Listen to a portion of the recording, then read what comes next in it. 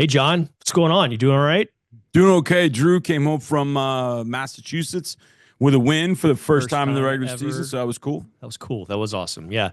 So it's you and it's me. And it's you watching or listening, and we're appreciative of you watching or listening. So if you're checking us out on YouTube, subscribe to this YouTube page. Why haven't you already done that if you haven't done that already? I mean, you It's wouldn't, free. yeah, you wouldn't just get reminders about this. You get the iron sharpens iron. You get the Nick Casario conversations every single week that he and, or I say he, you and Mark Vandermeer do, which is awesome. You Hmm. get the head coach talking with you two every single week. You get, I don't know, a cinematic recap after a win. You get the shuffle. You get the goat talk. You know what's going on with goat talk? I do. I don't mean to get too cross promotional here, but we had Michael Irvin on last 2 weeks ago. We had Chris Carter to start things off. The big Aristotle was in the building, and we just shot something with him. And yes, Yep. I'm talking about that big Aristotle. For those that So don't know, Shaquille O'Neal. Shaquille O'Neal. Yeah. Yes. He was in the cafeteria and it It was was awesome. we'll walk in and like, that's Shaq. Holy cow. So yeah, Mhm. it was pretty cool. We I got hope one. Shaq Mason got a chance to meet him. He did. Yeah, he did. And so did CJ Stroud. And you're going to hear and see that in about a month or so because next week we got Gary Kubiak's Goat Talk coming out, which was a really fun one with, and Andre Johnson and his good pal Jonathan Joseph do these things. But anyways, that's neither here nor there. This Texans team is on a roll. And I was thinking this morning, John, it reminds me so much of 2012, but better because this quarterback is better. And back then you had a Pro Bowl quarterback in Matt Schaub. That's a good thing. But this guy's even better. And it made me think we are in the good times. It's like, what? Yeah, I know the season's not over. I know there's still a lot to get to, but the good old days, you think about the good old days when we're in them right now, John. I mean, you got it. There's no other way to put it. There's no other way to put it. You're coming off a playoff win. You're 4 games over 500. You're going up to Green Bay to face a 4-2 team. This is the game of the week, pretty much. Two best records squaring off on Sunday. Most of the country is going to get to see it. It's the good old days right now. How sweet is that, dude? It's I mean, it's sweet. There's no question about it. I think And we want more, yeah, but yeah. this is the good old days. I think for some people that remember 2012, it's like when 2012 is brought up, I think people think about how it ended. It started 11-1, and then there's the letter jacket game. There are losses down the stretch. Now all of a sudden you got to play on wild card weekend when you thought, man, we're going to get a bye. And back then you had 2 byes, Yep. so you were going to get a bye, and it just all fell apart. Now you ended up going to the divisional round, but you ended up losing to New England as opposed to having a bye and then playing somebody here. So I think for people that have been following this team ardently since the beginning, or even since 2012, or whatever the case might be, I think people have that reaction when they hear 2012. And I kind of had a little bit of that reaction too. But then you think about things that are different. And obviously the biggest difference is Matt was at the end of his run. He was physically not where he had been. Yep. And I think for that big reason, that was kind of the struggle of 2012. Teams started breaking out physically a little bit. And I know we're right in the midst of that kind of injury season. I'm kind of coining it injury season from like week Yeah, 6 guys are getting banged up. to like week 11. The injury report should be on 2 pages, as I said to Nick the other day. So it's tough to kind of go, oh, it's similar, but I think this team having CJ Stroud at quarterback is a big difference. And let me recalibrate. We'll go from there. You bring up a good point. So when I say that, I'm thinking of, 2011 happened, and you did all those great things, right? But you did it with a quarterback who was in TJ Yates. He was a 5th rounder. He was right. You were kind of piecing things together. You had that ferocious defense, still the best defense the Texans have ever had.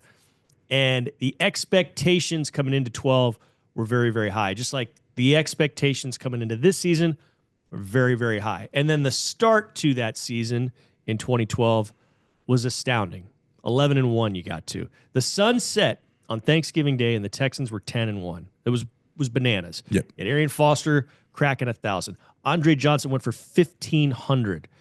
The defense was good, and J.J. Watt was a comet, but there were some cracks in the foundation that got exposed in December. Sure. But it feels like the early part of that season when things were rocking and rolling. Right. And then when Cushing got hurt, it all sort of changed things. But the Texans still found ways to win. But this feels, in the good ways, like 2012 at the start. And you're right. I agree. You do need to recalibrate and you need to reframe that, because that's the way I'm thinking of people are like, you're like, no, I understand. Hey, tell me they lost. They stumbled. I know that. Because in 2012, you ended up having that big win at Chicago on Sunday night. Yeah. You had those back-to-back wins where Andre was incredible against the Jaguars and the Lions. And you go into that mini bye, or you come out of that. You go into the mini bye weekend, the Thanksgiving weekend, and you're like, whoa, okay, we got a mini bye, and then we've got all the way till Monday night. We play the Patriots, and then it's like this excitement and build up, like, okay, this franchise has really, gotten to the big time. And I think there are just too many people that remember that instance, and then what happens after that they gloss over the win over the Broncos in 2012, which was such a great win because it was beating Peyton Manning, and that had been unthinkable really while he was in Indianapolis. And so, but you're right, and it's so interesting how the 2 years of 11 and 12 kind of mirror right now 23 and 24. So there is probably, for those fans and people that remember it, a little trepidation, like, okay, can this team stay healthy? What's the next step? And I think the biggest thing people have got to realize is that I think personally, this team, 2024 team, is deeper, and maybe at its top, maybe deeper in the elite player category too. Now, when everybody's healthy, but that also is the key here, how guys stay healthy. And we came out of Sunday and we saw Azeez get banged up. We saw Henry take a big shot on the sideline and was down for a bit. And those two linebackers have played, I think, every snap for you, Drew, in 2024. So you have to avoid those injuries. And you mentioned the big one. And I've always said this about Cush. For whatever people wanted to say about Cush and, maniac, animal, whatever, I felt like Cush gave this team its soul. I felt like he was the soul of this team, that he recognized when he needed to go into Cush mode and kind of get everybody's attention. And I think that was, even all the way through the rest of his career, even after he was banged up. But when he goes down in that Jets game, I just remember everybody going back to the locker room after the win, and he's on crutches and he's greeting everybody. And I just remember thinking, damn, that's going to hurt badly at some point. And it was really tough, because you bring up that aspect of him, the heart and soul stuff. But in 2011 and through those first 4 games of change, he was the team MVP in 2011. Incredible. I mean, and he was a phenomenal defender in 2012 at the start. And you lose both those things after you traded D'Amico Ryans that offseason before. That's right. So then you're relying on Brady James, who was at the end of his career. He had been a fine linebacker in the NFL, but he was a little bit older.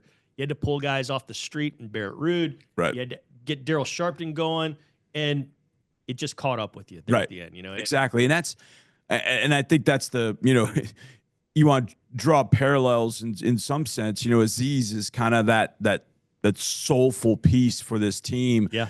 He's a captain. Yeah, he's a captain, and I think he has meant so much to this team. Now, obviously, he plays a little different than Cushing. Just there's a big size difference and that kind of thing. But that, I think you can draw parallels there, and it's like, man, I just keep my fingers crossed. Like, God dang it, it's a knee, just like Cushing's was a knee. And like, okay, there are crazy similarities that hopefully aren't going to end up being true. But again, you go back to the fact that Seven's the quarterback, and that's he can't fix everything. That's an elixir for a lot of things, though, man. He can't go out and cover a receiver. No. He can, set the edge in the run defense. But when players at those spots end up making those mistakes, because invariably they're going to happen, he can then erase them by coming back and having a 75-play drive, hitting a 67-yard bomb like he did to Nico in the Bills game. He can erase those mistakes just with his play, and it is just that much more paramount to keep him upright and healthy and keep him from taking shots. And this is a defense this week against the Green Bay Packers that they're stout up front and they're going to get their shots. And so that offensive line has really got to hold up because he is the key difference in these two teams that makes 23-24 different than 11 and 12. And look, you had the success in 11 and 12. There was this kind of in 11, it was this joy of, oh my God, look at what this team's doing, kind of like last year. And I think in 2012, the thing about this season was because they beat the Broncos as handily as they did up in Denver, I think it had a little different feel. They had that big victory up front. Then they ended up, losing the Packers. Okay, but they had that victory against the Broncos. So that kind of buoyed people. And then they didn't lose again. Then they beat the Bears on Sunday night. So I think people were like, okay, this team is definitely for real. But then, Matt's, health in a sense started just, dissipating, and we know the rest of the story. So hopefully this team it's mixed differently. It's mixed differently in that they have some grizzled vets, but yet it's still at its core a pretty young team. So we'll see how it ends up going. But you're right. Looking at 5-1, like this has only happened one time. How many years have we been a franchise? I mean, is our franchise eligible to drink now? Are we beyond 21 years? I think we're 22 years now. So we've only been 5-1 one other time. That's 2012. So, I mean, man, I think a lot of people around this building would tell you, we haven't even played our best game yet. We've played well, and played well a lot of the times, but we really haven't hit our stride yet. So hopefully it happens in Lambeau, because this would be a big one on the road. All right. It's time to bring in our pal, Macho Man Randy Savage, to talk about a cream of the crop. The cream of the crop. Thank you, Macho Man. Cream of the crop award winner. So, if the Texans are flying south on Sunday afternoon, Sunday evening with a victory, and they're at 6-1, it will be because this guy and this guy were cream of the crop award winners, cream of the crop players. I'm going to go with Will Anderson Jr. That's not a real extravagant, no, it's a good one for this exotic game. pick, but man, 3 sacks last week. And D'Amico Ryan's not challenging, but not prodding, but kind of mentioning, hey, how about we do it again? How about we keep this going, in the coach's show with you and in the press conference and whatnot. I could see Will Anderson sort of heating up. He talked about how he's, working on some things and figuring things out and, diversifying as a pass rusher and maybe simplifying as a pass rusher at the same time. Let's see him keep getting out. I mean, 8 total tackles, 4 of them for a loss, 3 sacks, the batted pass that led to the interception by Eric Murray, which was a hell of a pick. And you'll have a fun time talking with him and ND Kalu yesterday about that. But anyways, give me Will Anderson Jr. I want to see the Terminator keep playing the way he plays, because they're going to get tested, like you've mentioned. They're going to get tested by the Green Bay offense. They're on the road. Should be a fun one. It's going to be nice, man. It's going to be a nice afternoon. It's going to be like Houston. 72, sunny. At least that's what the Apple iPhone weather things. Hopefully it stays that way. But let me go with Will Anderson. Who do you have as your cream of the crop award winner? So, in most things in football, when you name like an All-American team, you've got first team, second team, third team. Yes. I'm going to do that really quick just because there were 2 names that immediately popped to mind, and then there was one, and his name has actually been mentioned earlier in this show, that I'm going to use as my first team. But my third team and second team are Kalen Bullock and Jalen Petrie. Okay. I think that Jordan Love is going to want to take shots down the field. That is going to be Kalen Bullock. And I think Jalen's got to play a little bit better in coverage and be a little stickier in coverage, especially that he was against New England, because you got to keep Jalen Petrie on the field.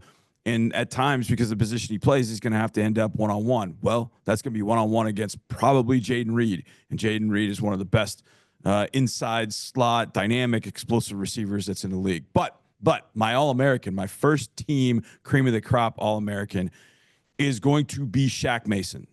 Okay. And I picked Shaq kind of as a representative of the offensive line, but I thought the offensive line did some better things the other day. I don't think Shaq has played his best ball game this year. And this would be the time to do it because he's facing Kenny Clark, Devontae Wyatt. He's facing some dudes, and they're different kind of dudes. Clark is kind of a bigger, thicker, stronger man-child. Wyatt is kind of a little quicker. So it's a good mix for the Packers of quickness and strength in 2 different guys. Shaq's got to be able to handle that. I mean, you could throw Kenyon and Green in there as well, but I think Kenyon's shown at times some growth. I think Shaq needs to play that kind of game this week against the Packers that the Texans thought they were getting last year when they got him here, and that he's capable of playing. He's got to play that game. He's got to keep those interior guys off of CJ Stroud, and they got to be able to make blocks up front, whether it's running power and he's leading, or he's down blocking on power towards him, or they're running zone and he's able to wipe out those guys in the zone game. Shaq Mason's my cream of the crop, Drew. Fitting that you choose Shaq Mason in a week in which he gets to see Shaquille O'Neal. He knows Shaquille O'Neal. Yeah. They've met before, but we got a nice photo that Zach Tarrant did earlier in the week, and it'll come out in time. You'll see that, but I like it. Little trenches love today from both of us. Absolutely. Cream of the crop award winners. It's exciting, man. Whether it's 2012 or 24 or 2011 or whatever, your team is 4 games above 500. They're very, very good. Good things are projected. These are the good old days. Don't forget that. Enjoy it. Savor it. And we'll be back again next week on In the Lab. Thank you so much for listening. Thank you so much for watching. We told you to subscribe if you're watching on YouTube. If you're listening, please follow us on iTunes, and you'll get a reminder every single time this show's coming. We love you. Bye-bye.